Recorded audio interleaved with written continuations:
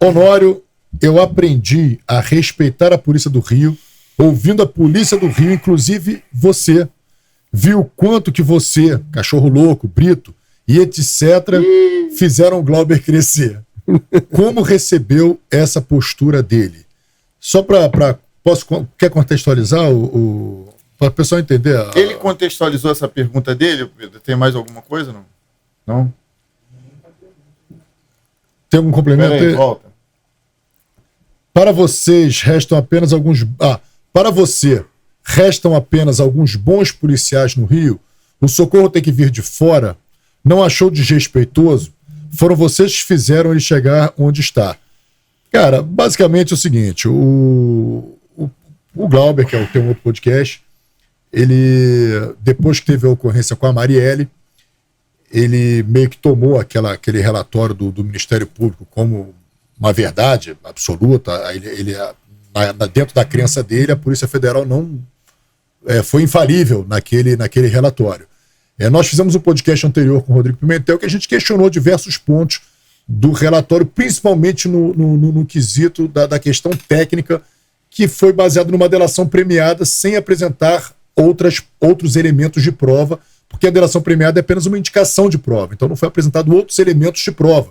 Como a gente teve, por exemplo, o caso a Lava Jato, que teve muitas delações. Sim. O cara falava, olha, eu recebi propina, o dinheiro está aqui nesse banco aqui, está aqui o dinheiro do banco. Eu fiz essa conversa aqui, está aqui o áudio aqui da conversa, eu mandei aqui, está aqui a mensagem. Então, ali não foi só apenas uma delação premiada, a gente questionou isso, falou assim, pô, cara, você determinar a prisão de uma pessoa baseada na delação premiada de um criminoso que foi preso pela pessoa, pô, isso é temerário, cara, isso é perigoso, isso é uma coisa que, pô, imagina amanhã um policial, você é desafeto de um policial, ele pega um traficante, pô, meu irmão, fala que o fulano tá envolvido nisso aqui, vai lá e consegue uma prisão sua. Então a gente achou aquilo meio absurdo, ele achou que não, ele questionou isso tudo e baseado nisso começou a questionar um delegado. Bota a pergunta de novo aí na tela, por favor, Pedro. Como um delegado foi preso, né, nessas condições, ele começou a falar que a Polícia Civil estava contaminada, que a Polícia do Rio estava toda contaminada, que sobravam poucos, isso foram declarações dele, sobravam poucos policiais e que deveria haver uma intervenção externa, uma intervenção, não sei se federal, externa, pegava um desembargador da Bahia, havia uma intervenção externa e aí viria os poucos policiais ali que fossem, que sobrassem. Não, basicamente... É claro que a gente recebeu isso muito mal. Eu recebi isso mal pra cacete, porque eu sou policial civil. Eu vivo aquilo ali o dia todo, eu tô ali. O meu filho, ele consome YouTube, meu filho assiste podcast, os amigos do meu filho assistem podcast, então o cara vê aquilo e sabe que eu sou policial civil. Então, assim, coloca a gente numa situação num balaio de gatos que eu acho injusto, eu acho que não... e não só isso, mas falou da Polícia do Rio toda, né? Que sobravam poucos de nós, como pessoas honestas. Então, enfim... Isso foi mal recebido pela gente, não sei como é que você viu essa declaração. Quer falar, quer complementar alguma coisa? Não, eu quero complementar ali. Bota aí de novo a pergunta. Para você, Honório, restam apenas alguns bons policiais no Rio? O socorro tem que vir de fora? Você achou desrespeitoso? Segundo o João Cabral, foram vocês que fizeram o Glauber chegar onde está. Eu fui lá, com policiais civis, fui eu, o Rodrigo Naval, o João Urari, foram os nomes assim, que deram na época, né? Sim. Eu fui lá no Glauber, o Glauber tinha 28 mil inscritos. Sim. Acho que você foi antes ou depois disso? Acho que foi depois. Antes teve o Cop Ramos, teve uma galera. Não, foi depois. E depois ele explodiu. Então, de certa forma, o Glauber só conseguiu trazer convidados de fora depois que a Polícia Civil, a Polícia Militar do Rio, tinham feito ele ganhar nome, já tinha passado de 100 mil inscritos. E eu digo assim, vou ser bem honesto, eu fiquei muito feliz quando eu vi o Glauber atingir 100 mil inscritos, quando eu vi o Glauber voando, fiquei feliz quando eu vi os moleques do Copcast voando. Eu recebi com muita surpresa esse posicionamento dele, recebi de verdade. O Glauber, até bem pouco tempo atrás, era meu amigo, a gente trocava ideia, pô. Sim. A gente trocava ideia, eu sugeria convidado lá para ele, mesmo já tendo meu podcast, eu sugeria convidado lá para ele e tal, ele sinalizava algumas coisas, nunca me ajudou muito, né? Mas sinalizava alguma coisa. Nesse sentido, o que me surpreende não é o posicionamento dele, é o conhecimento técnico que ele tem para tomar um posicionamento de tamanha magnitude. Sim. Que no episódio dele com o Pimentel, ele admitiu para o Pimentel que ele não leu o relatório da Polícia Federal. Isso já descredibiliza ele com qualquer argumento sobre aquela investigação. Então, alguém que tem 5 anos apenas na segurança pública, fazendo o básico, não tem nenhuma especialização no assunto, ele não é um especialista no assunto, para dizer uma solução para o Rio de Janeiro. Eu já perguntei para o doutor Alexandre Abraão, um juiz de direito do Tribunal do Júri, que já julgou vários casos, um dos caras mais respeitados. Procurem aí para ver se eu estou mentindo, no episódio do doutor Alexandre Abraão. Eu perguntei, doutor, qual é a solução para a segurança pública do Rio de Janeiro? Ele falou, eu não sei. Um camarada estudioso. Como é que alguém que não tem especialidade nesse assunto, não viveu essa parada, ele acha que segurança pública aprende assim, trocando ideia no podcast? Não é possível. Isso me surpreendeu. Eu continuo não tendo nada contra o Glauber, absolutamente nada. É contra esse posicionamento sem profundidade alguma. Para ser raso, ele ainda vai ter que andar mais uns 100 metros, porque ele ainda tá andando na areia. Nem na água ele pisou. Mas qual a tua opinião? Desculpa aí, pessoal, porque essa parada me chateou bastante. E joga o nome de todos nós na lama, né, irmão? Pô, cara, vou falar pra você do fundo do coração, falo com ele até hoje, gosto pra caralho do Glauber. Fora podcast, não tem nada a ver, eu falo com ele. Andou um pouco meio afastado, mas a gente tem se falado aí. Também ele tem a correria dele, o canal dele cresceu pra caramba, graças a Deus, né? Como você falou, foi através de muitas pessoas que ele teve esse glamour todo, mas também é um bom profissional, né, irmão? Não adianta tu dar uma Desert Eagle na mão de um cara que não sabe atirar, que não vai acertar nada, né, irmão? Então vamos dar de César o que é de César. O cara sabe fazer o programa andar, né? Agora, esse comentário dele, eu não gostei do comentário, acho que como todo policial não gostou do comentário, acho que ele foi infeliz nesse comentário, sim. Achei que o comentário foi desnecessário, o comentário. Eu vivo, né? Até o ano passado eu vivi a tropa, eu trabalhei 26 anos na tropa, na ponta da lança, nunca me escondi, nunca fui um cara que, fiquei, porque eu sou comandante, não, eu era o comandante, eu era o primeiro, eu era o último, como o cachorro louco falou aqui, eu era o último a entrar no blindado porque eu era o primeiro a sair. Então, sempre tive isso aí. Então eu sou o primeiro a entrar na fila para morrer. Então eu sou o primeiro a fazer a ponta, primeiro que eu sou especializado. Segundo que eu gosto. E eu sempre defendi quem tá comigo. Então, eu era o primeiro. Então, irmão, de bala aí eu entendo pra caramba e conheço a policiária que tá na pista aí pra caramba.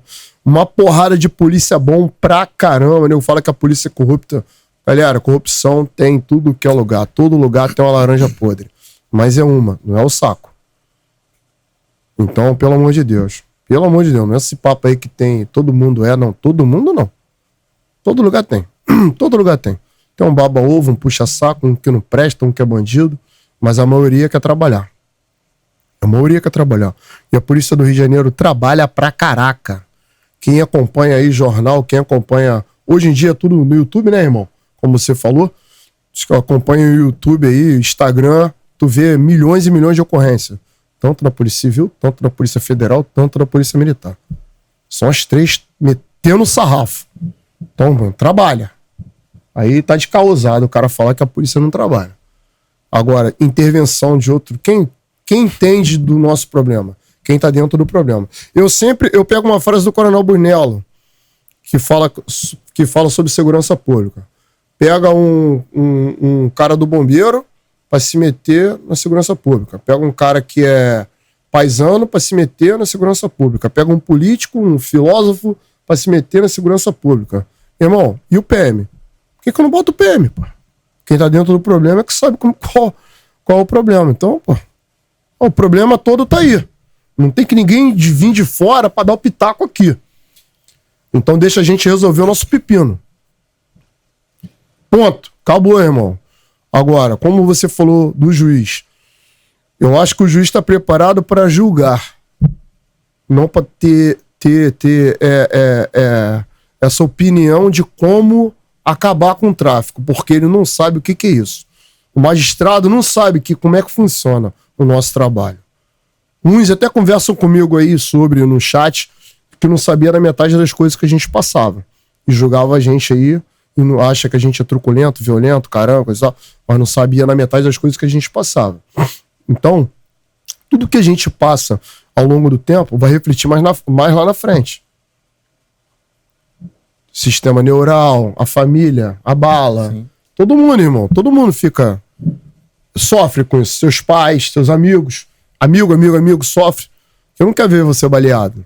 Não quero ver você machucado. O Natan foi baleado, tudo que é amigo ficou, bolado. Todo mundo ficou bolado. Eu ligando pra ele, você, acredito que sim também.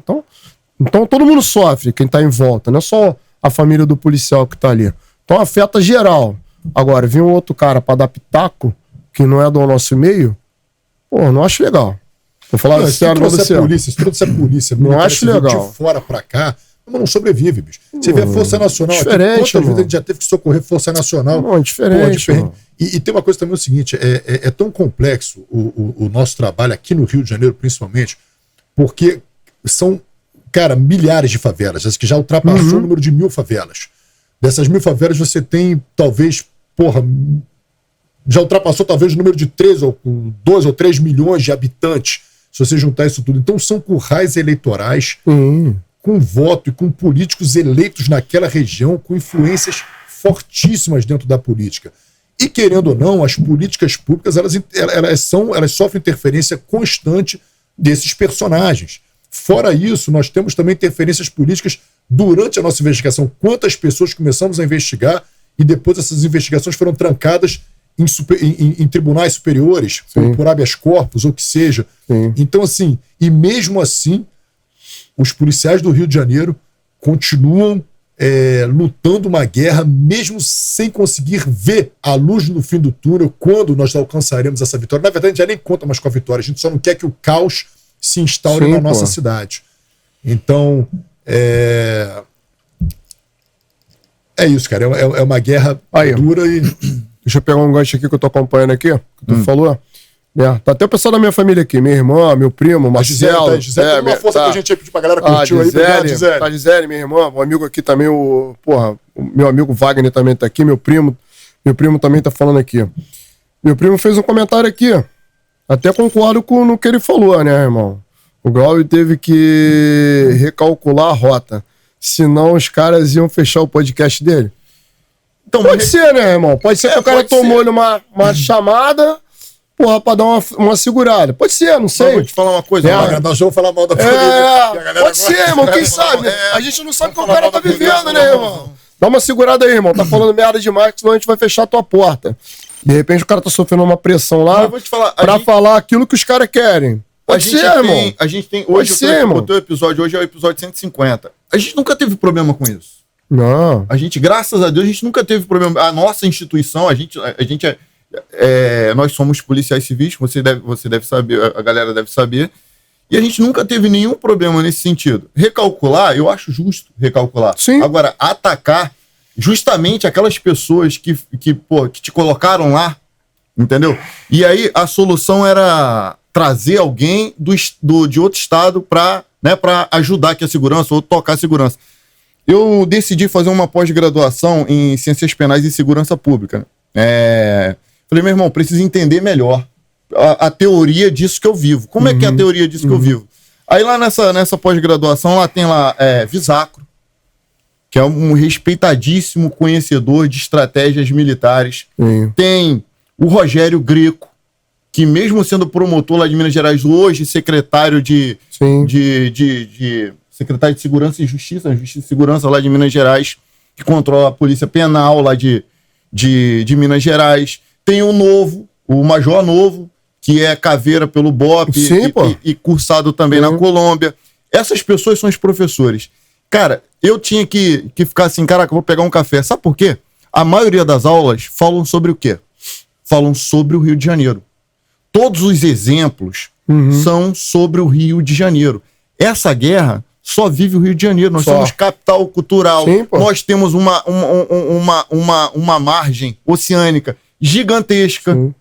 As pessoas vêm consumir droga aqui. Tem pessoal que vem de outros países para consumir droga aqui. Então, tem uma série de fatores que não dá para tu resumir. Tem que trazer alguém de fora. Irmão, vários especialistas em segurança de fato estiveram aqui e eu perguntei isso para todos. Qual a solução para a segurança pública no Rio de Janeiro? Todos responderam ou isso ou parecido com isso. Não existe solução simples para problema complexo. Aí vem o camarada que não tem formação nenhuma na área, não vive a parada e fala que a solução é trazer alguém de fora. Aí, pô, não dá, né?